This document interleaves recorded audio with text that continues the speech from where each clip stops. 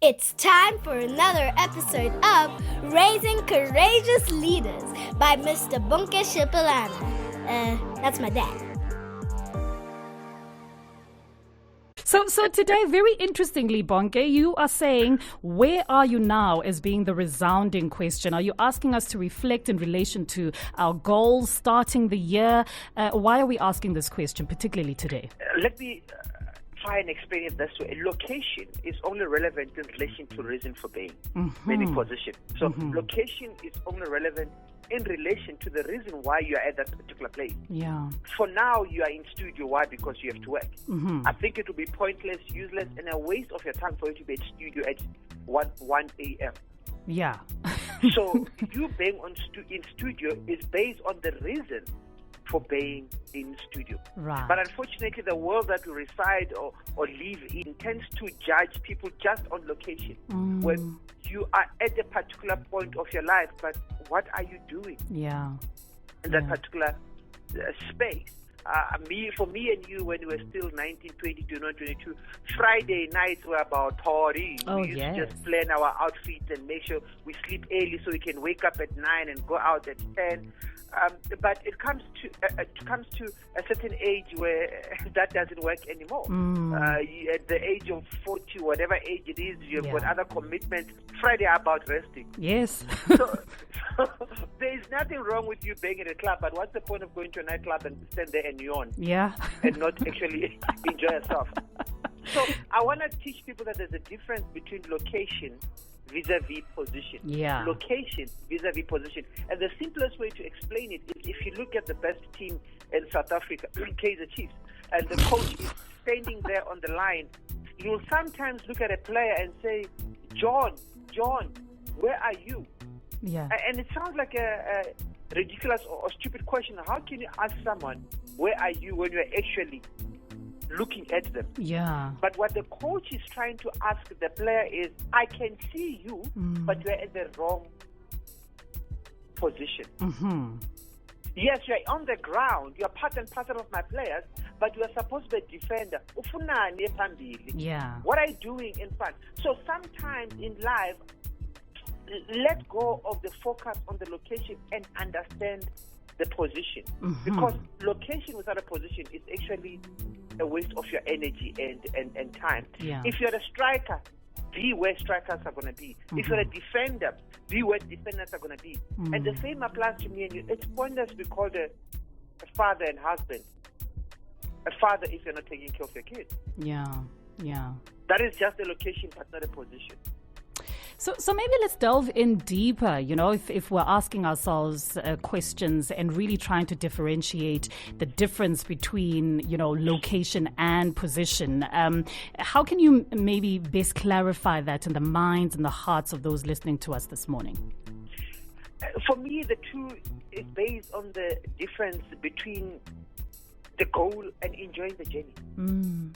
The goal and enjoying the journey. For most of us, we had plans when we were 19 that by 25 I would be XYZ. By 30 I would be a millionaire. By 40 I would be staying in Dubai. By 50 I would be owning my own island. And none of those dreams are actually coming true. And because our ambitions are not being met, we tend to think that life sucks. Not that life sucks. We created expectations on ourselves, and when those expectations are not being met, we blame life, we blame God. Sure. We blame everyone else around us for dreams that we had. There is a story I once heard many years ago, and to summarize it, a music professor was teaching non-music students, and he said to them that music is the gap between the notes. Music is a gap between the notes. And what he meant by that was that it's not only the notes that create music. That's true. If notes were combined and there were no gaps between the notes, it would be a bar. Yeah. It's the gaps between the notes that creates the harmony, the sound that we enjoy. So if you take out the gaps out of the notes, then there is no music. And for us in life, sometimes we tend to focus on the notes and forget the gaps. But it's the gaps that create life. It's me and you, it's our breath that creates life. Take out breath, then you're a body. You're a human being. Yeah. Take 4 walls, put them in one line. We call them stop nonsense. Take those 4 walls, connect them. Suddenly you call it a room. Why? Because of the space in between. So sometimes in life, it's not only about the goal. It's about the journey. It's in the journey that life is created, not the goal itself. How often do you think we need to, sort of pause and take a breath and realize where we are now and appreciate that? Because you're quite right. I mean, when we were younger, we had these big, massive dreams and visions about where we want to see ourselves. And there's nothing wrong with that. But holding ourselves hostage to that kind of seems unfair, considering that, so much is happening all the time that drifts you further and further away. And also now as a person, you change, right, over time. And your goals and your visions for yourself also changed accordingly. So how often do you think we need to take a moment, sit with ourselves, take a breath and realize where we are now and start tweaking those plans to really speak to the people that we are today versus the people that we were when we were in our 20s? Every time there is a new addition in your life, something has to go or something has to be reevaluated.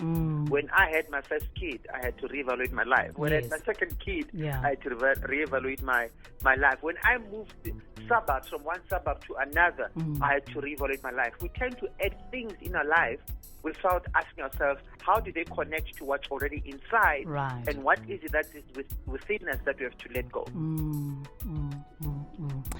And maybe let's now talk about what one needs to do in order to enjoy the journey, right? Because it's not a destination, it's an ongoing journey, it's an ongoing process. So what should we be doing to appreciate the gap, as you call it, between the notes?